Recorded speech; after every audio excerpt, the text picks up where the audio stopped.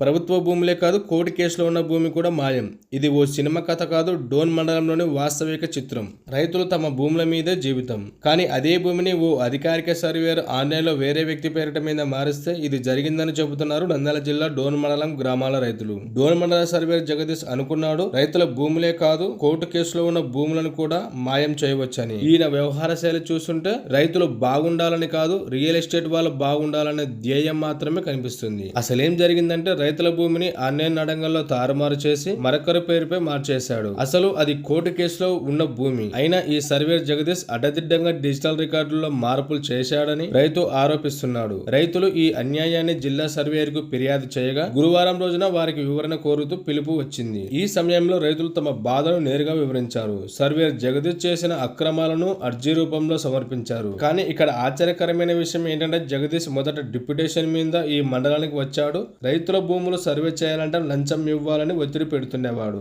ఇప్పుడు regular posting వచ్చింది. రైతులకు మరింత నరకయాతన మొదలవుతుంది. రైతులు నిగ్గు తీర్చే మాట చెప్పారు. ఈయన ఇక్కడ ఉంటే మా భూములకు భద్రత ఉండదని, కాబట్టి అవినీతి అధికారుల చేతుల్లో రైతులు బలవుతున్నారని స్పష్టంగా కనిపిస్తుంది.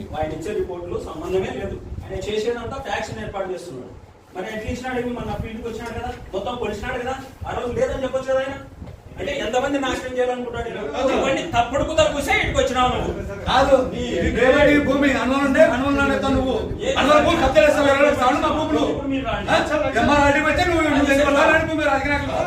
ఇప్పుడు అంటే 10 సెంట్లు నువ్వన్నావా మేమన్నావా? 10 సెంట్లు ఇస్తే రాము తప్పుకోవని నువ్వన్నావా మేమన్నావా? అయితే మీకు భూమి లేదని 10 సెంట్లు ఇస్తానని చెప్తాడు. నాశనం చెప్పినాడు.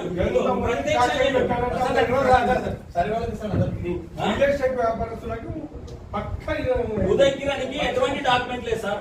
ఈ రోజు అడగమను. ఉదయకిరణ్ మా సర్వే నెంబర్ లేని ఆయన డాక్యుమెంట్ సర్వే నెంబర్లు ఆయనే చెప్పమను. ఈయన ఫిజికల్ లేవని కూర్చాడు. ఓళ్ళు నాటుకున్నాం, అన్ని చేసుకున్నాం, వచ్చినాడు ప్రమాణంగా ఆయన లేదని చెప్పమను సార్. జమ్మి చెట్టు కాడ వచ్చి భూమి చూసి లేదని ప్రమాణ సాక్షి చెప్పమను. 100 మంది కానీ సర్వేకి వచ్చినప్పుడు పిలిపించామా లేదా చెప్పమని సార్. తప్పుడు రిపోర్ట్ ఎందుకు ఇస్తాడు సార్? మళ్ళా గొల్లోడు అంటున్నాడు. గొల్లోడు అయితే నిజాయితీ ఉండమను.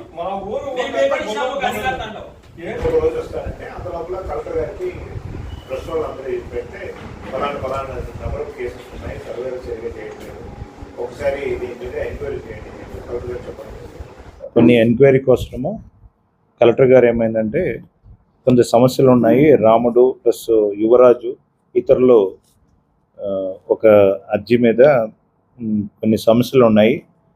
సర్వేయరు కానీ కొన్ని సమస్యలు పరిష్కారం చేయలేదు. చాలా కాలం నుంచి మనం ఎంఆర్ఓ ఆఫీసులు కానీ, తహసీల్దార్ ఆఫీసులు కానీ, తర్వాత ఆర్డీ ఆఫీసులు కానీ తిరిగింది. తర్వాత మన కలెక్టర్ గారికి కూడా అర్జీ ఇచ్చారు.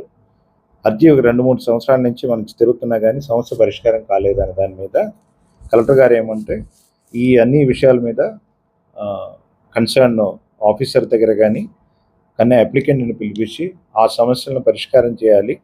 దానికి ఎందుకు ఇన్ని ఆలస్యంగా ఎందుకు జరుగుతుంది, ఇన్ని రిపోర్ట్లు ఎలా ఇలా తప్పులు సమాచారాలు ఇచ్చారు అనేది ఒకసారి విచారణ చేసి ఆ విచారణకు సంబంధించిన రిపోర్ట్స్ ఇవ్వాలని చెప్పేసి కోరడం జరిగింది. సో దాని మీద ఇవాళ నేను ఆర్డీ ఆఫీస్లో కన్సర్న్ ఎవరెవరు రైతులు ఉన్న వాళ్ళు పిలిపించడం జరిగింది.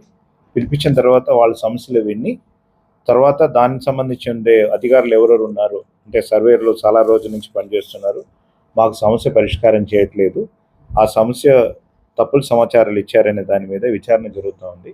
ఆ విచారణ అయిపోయిన తర్వాత దీనికి కన్సర్న్ అధికారులు ఎవరున్నారు వాళ్ళకి రిపోర్ట్ ఇవ్వడము, దాని సమస్య పరిష్కారం చేసేది కానీ వాళ్ళకి ఏ మీద యాక్షన్ తీసుకోవాలనేది రూల్ ప్రకారం ఏమి చేసి తప్పకుండా చేస్తానని హామీ. కొంతమంది రైతులు ఏమంటారంటే మండల సర్వేయర్, జిల్లా సర్వేయర్ ఒకటే సామాజిక వర్గానికి సంబంధించిన కాబట్టి వాళ్ళకి కొన్ని ఉండొచ్చు, అందువల్ల మాకు న్యాయం జరగట్లేదన్న ఉద్దేశం ఉంది రైతులు చెప్పడం. వాళ్ళకి ఏం సమాధానం అదని నేనేం చెప్పలేను. అదని ఇట్స్ నాట్ ఏ క్వశ్చన్. అదని మన సమాజ వర్గాలు అదేదని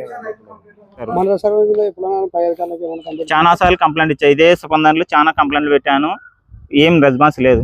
ఎందుకంటే వాళ్ళు క్యాస్ట్ కాబట్టి, బంధువులు కాబట్టి జిల్లా అధికారి గారు ఒకటే అంటే ఇద్దరు, దానివల్ల ఓటే క్యాస్ట్ అనేసి ఈయన మీద చర్య తీసుకోలేకున్నాడు. మండల ఆయన చెప్తే అదే ఆయన అదే అదే అదే జరుగుతుంది.